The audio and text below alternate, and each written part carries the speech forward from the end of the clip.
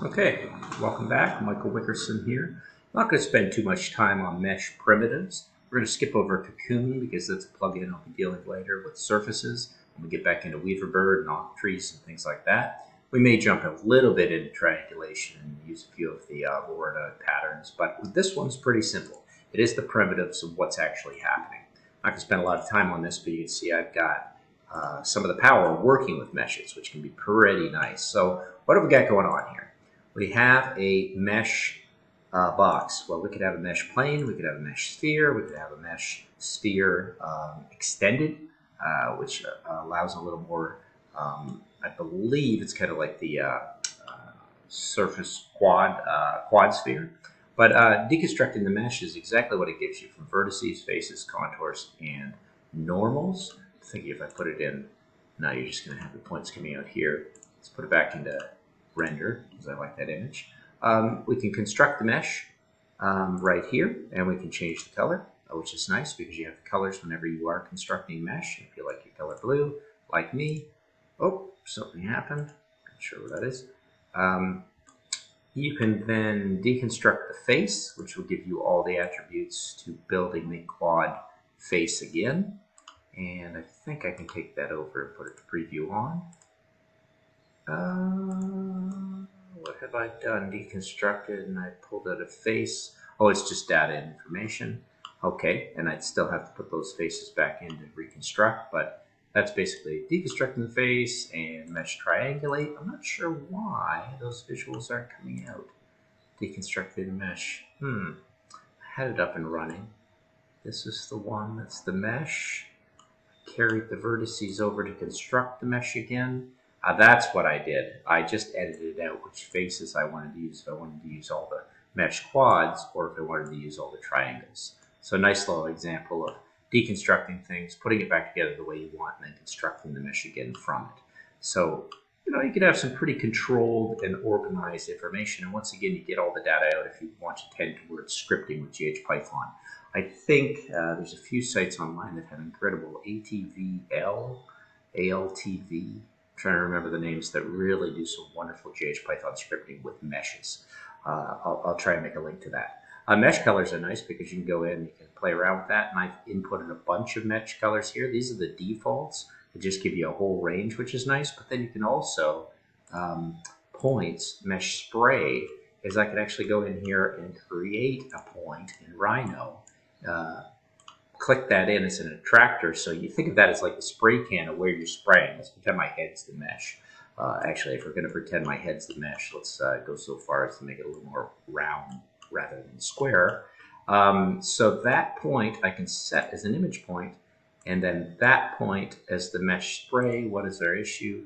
Equal number of points to colors. What's happened here is I only have one point, so I'm going to just input 2, 3, 4, because I have 4 colors. We're going to input 4 points as the mesh spray, setting multiple points, and then my mesh spray comes up and I can have a really nice effect of pulling these over and having them affect from each angle what actually is sprayed to them. Now they're a little bit far away, so let's just bring them in a little bit.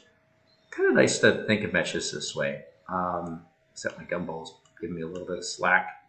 It's not letting me grab the... There we go, pull it in this way and it'll just surface. There we go, I should have a brighter color as we do that. If not, I'm going to probably slide this one in here and take this one in here.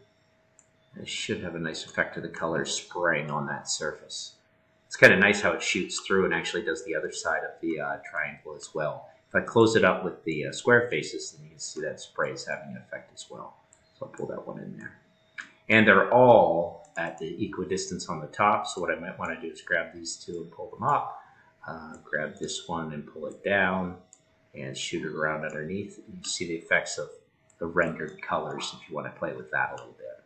So it is pretty nice to work in meshes and mesh primitives. I'm not going to spend too much time on it because I do like the surface meshes I'm producing from Daniel Christ's node. And it's nice that ones like this, like the mesh plane, will give you the area, you'll get a few components out. But you should start thinking about what these components do and how you would actually end up scripting and changing them. So I'm going to and customize them. And the reason you want to customize in Grasshopper and create your own user objects, if not your own components of plugins is, as Jose Luis Garcia says, you want control and you want the freedom to do so. So I'll just leave it at that. I'll put it back over to, actually like the square. I like the triangulation as the face is being selected. And I will bake it, which is going to destroy the kind of images that I had going on. So now I can take the whole thing and think about it as an analyze. Obviously curvature is no fun. Let's just put it into a surface edit emap. And there we go. We've got a nice little area to play with in the end. I put it in zebra, which is not what I wanted. I wanted analyze surface environmental map. And that just gives me a nice little thing in the end to play with and have a look around. Let's put it in the surface, see if we get a circle. It's a little more interesting. Actually, we'll use this mesh to see what happens. Give it a second. And in doing so, this one needs to go away. And this one, we will take it to a bake. There we go. Select our item and do our analyze surface environment map. Good. And that will give us something to have a peek at. I think I got it. Sorry, sometimes it's an easy afternoon. I like it. Emap just doesn't seem. Oh, I have to leave that. I have my render on, and we'll just snap out of that. There you go. Nice little mesh with an emap created from mesh primitives. Let's get into triangulation and see if we can start going with metaballs and Voronoi and try and understand what's going on here. I don't think I'm getting into plankton meshes, which are a very interesting tool to think about what's actually happening, and the work of Lon Nguyen online about C# and Grasshopper scripting will get into plankton meshes a little more so than what I'll do. Let's do zoom extends all on the canvas, and thanks very much for watching. 7 minutes.